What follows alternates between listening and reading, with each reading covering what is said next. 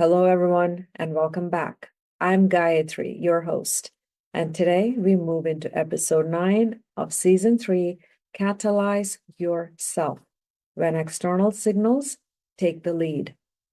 Yes, the world we live in can become the conductor and director of our lives when we let go of our own inner voice and authority. And this pattern is just another one that can creep into our lives subtly at first, and then before we know it, becomes our default answer to everything in life, and especially when we are under pressure. A tone in someone's voice can decide how steady we feel. A reaction from another person can start deciding whether we trust our own clarity. An expectation, a timeline, a shift in energy, a look, a silence, a message, a metric, a sign of approval, a sign of disapproval can all begin shaping our choices more than what we know within our own self. And when that happens, the issue is not simply that we are paying attention to the world around us. The world we live in is filled with information and signals, and we need to be taking them into consideration at all times. We need to pay attention. We live in communities, we live in societies, families, workplaces, systems, and responsibilities. External signals do matter. External signals are part of living life. They are information that can help us understand what is happening around us. They can include a person's response, the energy in a room, a feedback, someone else's expectation, a silence from someone who usually engages, praise, disapproval, a social dynamic, a family dynamic, a change in tone, a sign that someone needs attention. All of that is information. The issue begins when those signals stop being information we process and start becoming the authority we live by. And that is where I invite all of us to place our focus today. Because when external signals take the lead, something important begins shifting within our mind. We do not just become distracted and build distance with ourselves. We can start becoming externally governed. The outside world can become the decider of what matters, what feels urgent, what feels safe, what feels acceptable, and even whether we believe we are doing enough or being enough.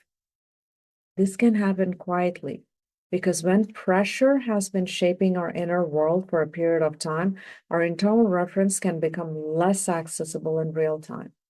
And when that happens, what is outside of us can start sounding louder than what is within us. And in time, this can impact our validation. This can become our guidance, our safety, our self-trust, and so much more. And as with all compensatory patterns we can adopt in response to pressure, what has changed is how our mind has now started processing the information coming in from the external world. When we are internally grounded, our cognition, our emotions, our consciousness, and our nervous system are in collaborative relationship with each other, respectful of each other's, respectful of the information each channel is bringing in. And we can take in what is happening around us without immediately giving it full authority over all of our choices. We can notice it, we can consider it, we can evaluate it, we can let it inform us without allowing it to overtake us. But when our inner world is already under strain, under pressure, when pressure has constricted or narrowed our internal space, when our self is no longer feeling steady and accessible, this signal can start coming into us differently. We may no longer just notice it, we may organize around it. And with that shift, we are no longer simply responding to information. We are allowing the outside world to decide what carries weight inside our mind. This is so much more than prioritization or a discernment issue. Yes, prioritization can absolutely be affected. What is loud can start getting treated as if it is important. What is immediate can start getting treated as if it must lead. And what is visible can start receiving more attention than what is actually meaningful. That does happen. But what is happening here goes so much deeper than that. When external signals take the lead, our validation system can begin to shift outward. Our guidance system can start shifting outwards. Our reinforcement system can begin shifting outwards. Our sense of safety can begin shifting outwards. The way we are received by the world around us starts carrying too much authority. We begin tracking approval more than alignment. We begin noticing who is pleased, who is not, who is warm, who is distant, who seems impressed, who seems disappointed, who seems to be affirming us, who seems to be withdrawing from us. When we have been in conditions of pressure, those external responses can begin affecting us more deeply than we realize. When we begin using outside responses as our internal proof, that if somebody approves, then we feel a little bit more settled. If someone misunderstands us, we begin questioning ourselves more than we should. If a person withdraws, we can start feeling as though something within us is not right, that we are doing something wrong. If there's criticism or disapproval, regardless of validity, could be valid or not, our inner steadiness can begin to collapse. And this is where our validation stops being something we receive and starts becoming something we depend on. And when that happens, it changes the quality of our choices. We say yes because it's going to be received well. We stay quiet because honesty feels riskier than approval. And that approval is not worth losing. We may keep accommodating because being well regarded has started carrying more weight than being fully aligned.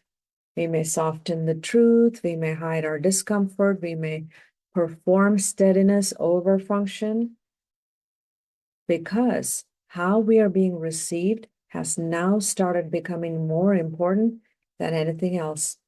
And this can happen in any part of our life. It can happen at work, where being seen as dependable, agreeable, capable, or valuable can start carrying more authority than whether a yes is actually aligned with our values, the right decision for the team or the organization.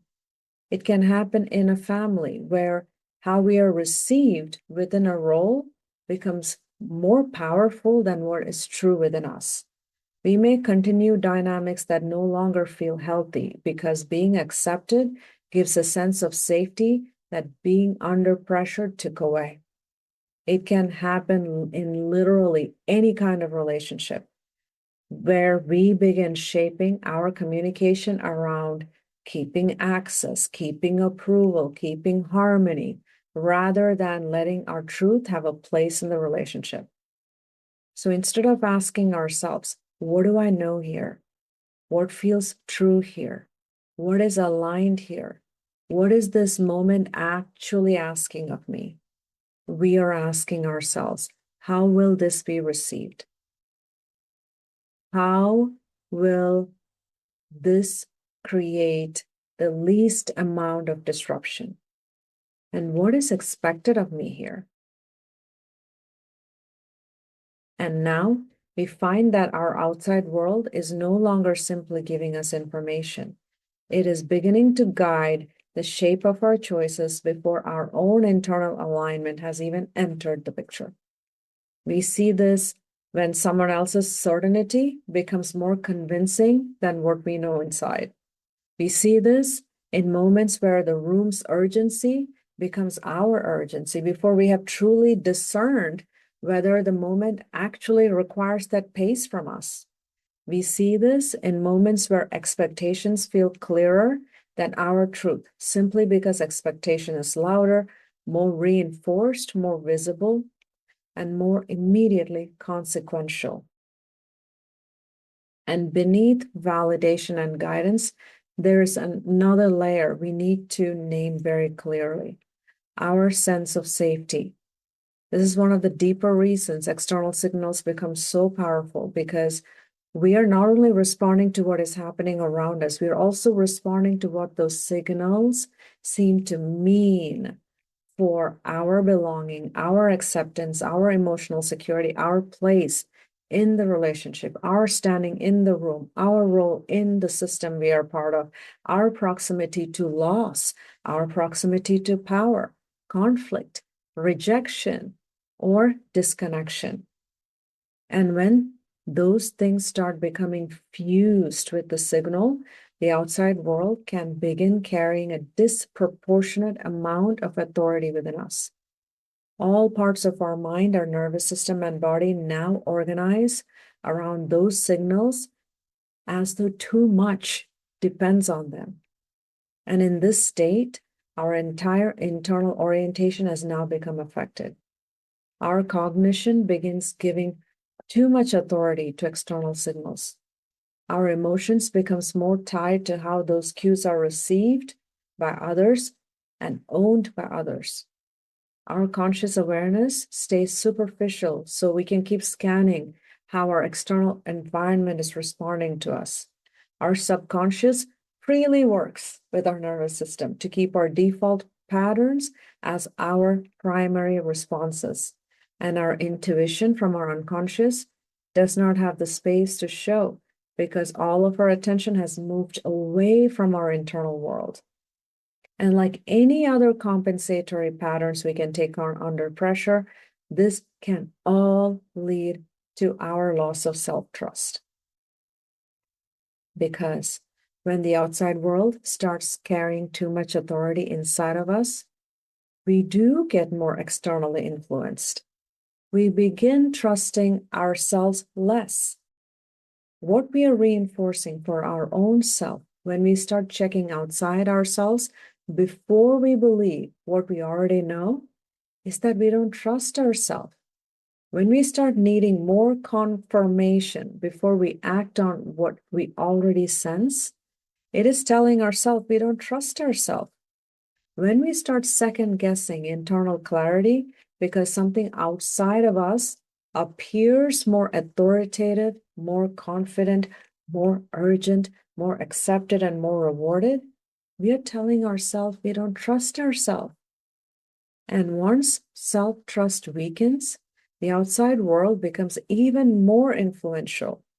We look for more cues, more information, more confirmation, more reassurance, more signs, more responses, more evidence from the outside of ourselves that we are okay, that we are right, that we are safe, that we are doing enough.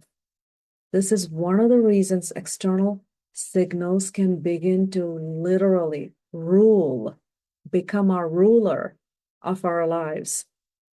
So how do we begin returning from this? How do we gain back the space in our mind to become fully present in the now and allow all parts of our mind and nervous system to collaborate and ensure our discernment is grounded in our values and alignment? Definitely not by pretending external signals do not matter, and not by shutting out the world, and not by becoming rigid or disconnected, and not by making the outside world wrong. The return begins by remembering, learning, or even relearning how to process what comes from outside of us through the full integrity of what is within us. It begins with self-awareness. We begin by noticing which external signals tend to overtake us more easily. Is it approval? Is it disapproval? Is it urgency? Is it someone else's confidence? Is it silence? Is it expectation? Is it how we are well received? Is it disappointment? Is it the emotional atmosphere in the room? Is it being needed? There's so much that could be driving this. And this noticing matters Because until we can see what carries too much authority inside of us, we cannot begin restoring proportion. And this noticing that comes from deepening our awareness helps us regain our self-regulation. In the pause that lets us notice the information coming in from our external world, there is space for us to regulate our impulses and reactions. It creates enough steadiness that we receive outside information without immediately organizing around it. It is the pause that lets us notice tone without letting tone become truth. It is the steadiness that lets us take in expectation without allowing expectation to automatically decide our next move. Our self-regulated state is the calm enough breath, the calm enough nervous system that allows for the signal to remain information rather than a command for us to react to. The next part of our return is self-inspiration. Once we begin recognizing which outside signals have become too powerful, we need to reconnect to what matters to us beneath them. What do we value here? What kind of choices do we want our life to reflect here? What inner truth do we not want to keep abandoning just because the outside world is loud? Self-inspiration matters because it reconnects us to what is deeper than a reaction. It returns us to meaning, to values, to purpose, to the truth of what we actually want our life and our leadership to be shaped by. And from there, the return moves into self-expression, because the return to self eventually has to become visible back to the external world. Our words begin reflecting our inner truth again. Our boundaries begin reflecting our alignment again. Our pace begins reflecting our actual discernment again. Our yes and our no becomes more honest again. We stop shaping ourselves primarily around what is most easily received and begin allowing our expression to reflect what is actually true for ourselves. And this space where our mind is fully present and collaborative in the face of pressure is sustained with our practice of self-reflection, because self-reflection helps us to keep asking, which external signals are carrying too much priority for me? Why do those particular signals affect me this way?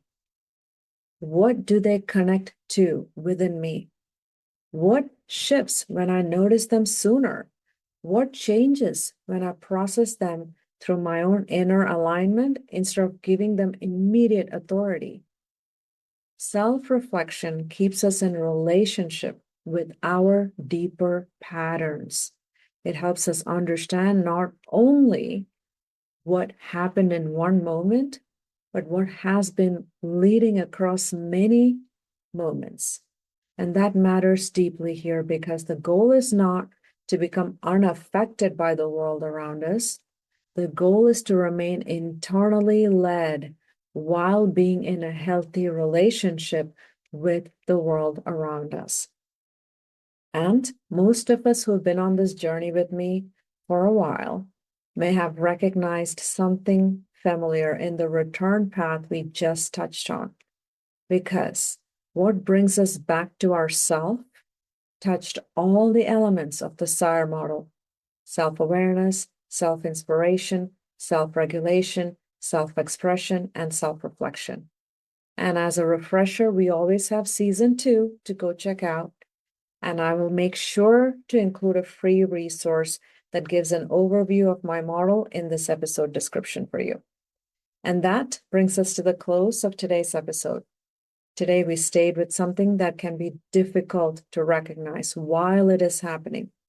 We explored what happens when external signals stop being information we process and start becoming the authority we live by. We looked at how that shift can affect our validation, our guidance, our safety, and our self-trust.